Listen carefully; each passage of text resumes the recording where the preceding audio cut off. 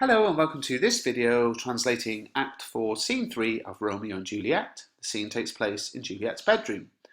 Juliet says, "Aye, those attires are best, but gentle nurse, I pray thee, leave me to myself tonight, for I have need of many horizons to move the heavens to smile upon my state, which well thou knowest is crossed and full of sin." So she says, "Okay, those clothes are best, but nurse, please leave me alone tonight. Don't stay in my room with me tonight," because that was the custom that young noble girls would never be left alone at night.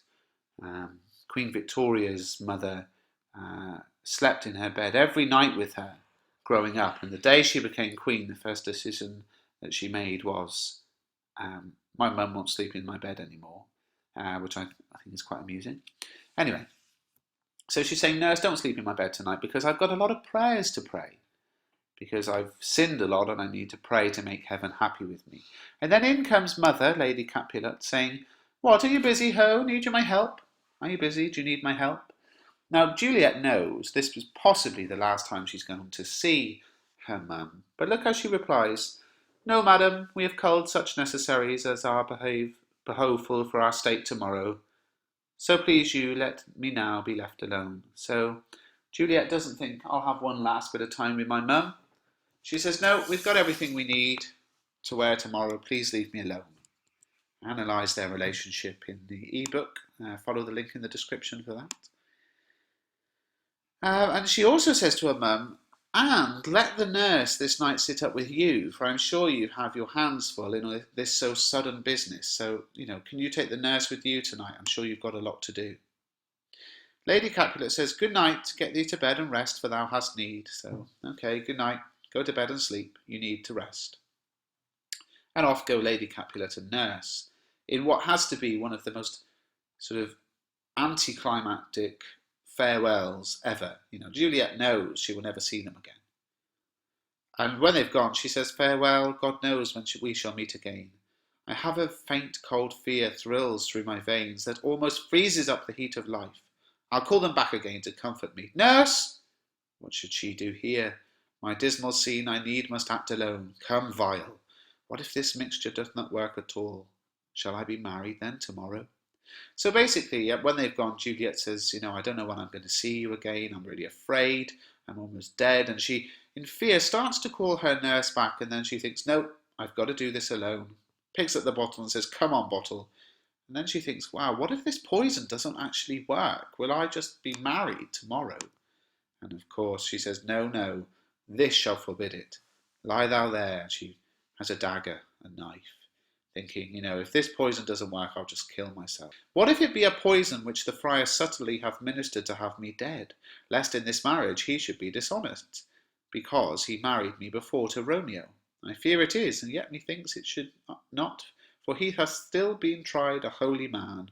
How if when I am laid in the tomb I woke before the time Romeo come to redeem me? There's a fearful point.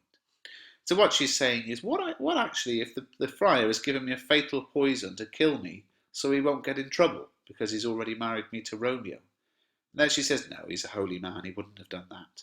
And this blind trust in the friar is something I analyse again in my ebook. What if, when I'm laid in the tomb, I wake up before Romeo comes to save me? Now that's a scary point. Shall I not then be stifled in the vault, to whose foul mouth no healthsome air breathes in, and there die strangled ere my Romeo comes? So she's saying, if I wake up too early, there's no air in there, I could suffocate to death. Or if I live, is it not very like? So she's saying, even if I don't die, isn't it quite likely that the horrible conceit of death and night, together with the terror of the place, as in a vault, an ancient receptacle, where for these many 100 years the bones of all my buried ancestors are packed, where bloody Tybalt, yet but green in earth, lies festering in his shroud, where, as they say, at some hours in the night spirits resort. Alack, alack, is it not like that I, so early waking, what with loathsome smells and shrieks like mandrakes torn out of the earth, that living mortals hear them run mad? Oh, if I wake, I shall I not be distraught, environed with all these hideous fears, and madly play? So basically she's saying, isn't it likely that in that scary place, a vault, where for hundreds of years the bones of all my dead ancestors are stuffed, where Tybalt only recently died, lies rotting in his grave clothes, Whereas the saying goes, spirits of the dead are, oh no, it's like that. Waking early with awful smells and ghosts screaming, the sounds of which scare living people. Oh, if I wake, won't I just be scared witless and go mad? Won't I go mad and play with the bones and pluck of the dead, and pluck the mangled Tybalt from his shroud, and in this rage with some great kinsman's bone, as with a club, dash out my desperate brains? I find this a bit funny. She's saying, won't I just go mad in the kind of terror of the place, pull Tybalt out of his grave clothes, and in anger pick up some relative's bones like a bat and bash my own head in? No, Julia, I don't think you will. Oh, look, methinks I see my cousin's ghost seeking out Romeo that did spit his body upon a rapier's point. Tybalt, stay! Romeo, I come. This do I drink to thee. So even with all that fear, and thinking she sees Tybalt's ghost looking for Romeo, she says, wait, Tybalt, I'm coming, and drinks the potion, and falls upon her bed. Well, Act 4, Scene 3 sees Juliet fake her death. The scene also signifies the end of her relationship with her nurse and her mother. It's possible to interpret this scene as a metaphor for growing up. On maturing from a girl to a woman, Juliet dies to her childhood and no longer needs the things of her youth, a nurse and a mother. We see this when Lady Capulet asks Juliet if she needs any help, to which her daughter replies, "No, madam." Now this is very formal behaviour, but also very cold from Juliet. Juliet knows this is the last time she'll see her mother, but doesn't want to kind of have a big farewell or an embrace or anything like that. Similarly, now we know, of course, that Juliet doesn't have a very close relationship with her mother, but what about the nurse? Well, unfortunately, it's very similar with the nurse. Juliet simply tells her mother, let the nurse this night sit up with you. Juliet has transformed throughout this play from a young girl who doted on and depending on her nurse to a young woman who no longer needs a nurse or a mother. Her death in this scene puts an end to childhood. Now, of course, her real death, but the death that she fakes.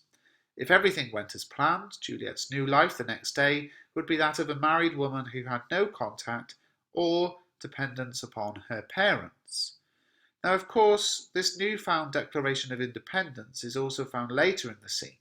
Having told her mother and nurse to leave, she begins to worry about the situation she's in and panics about the terror of the tomb she is heading to. For a moment, she loses her nerve and calls the nurse back, but soon realises she needs to act alone. Yes, Juliet has outgrown the nurse and her mother.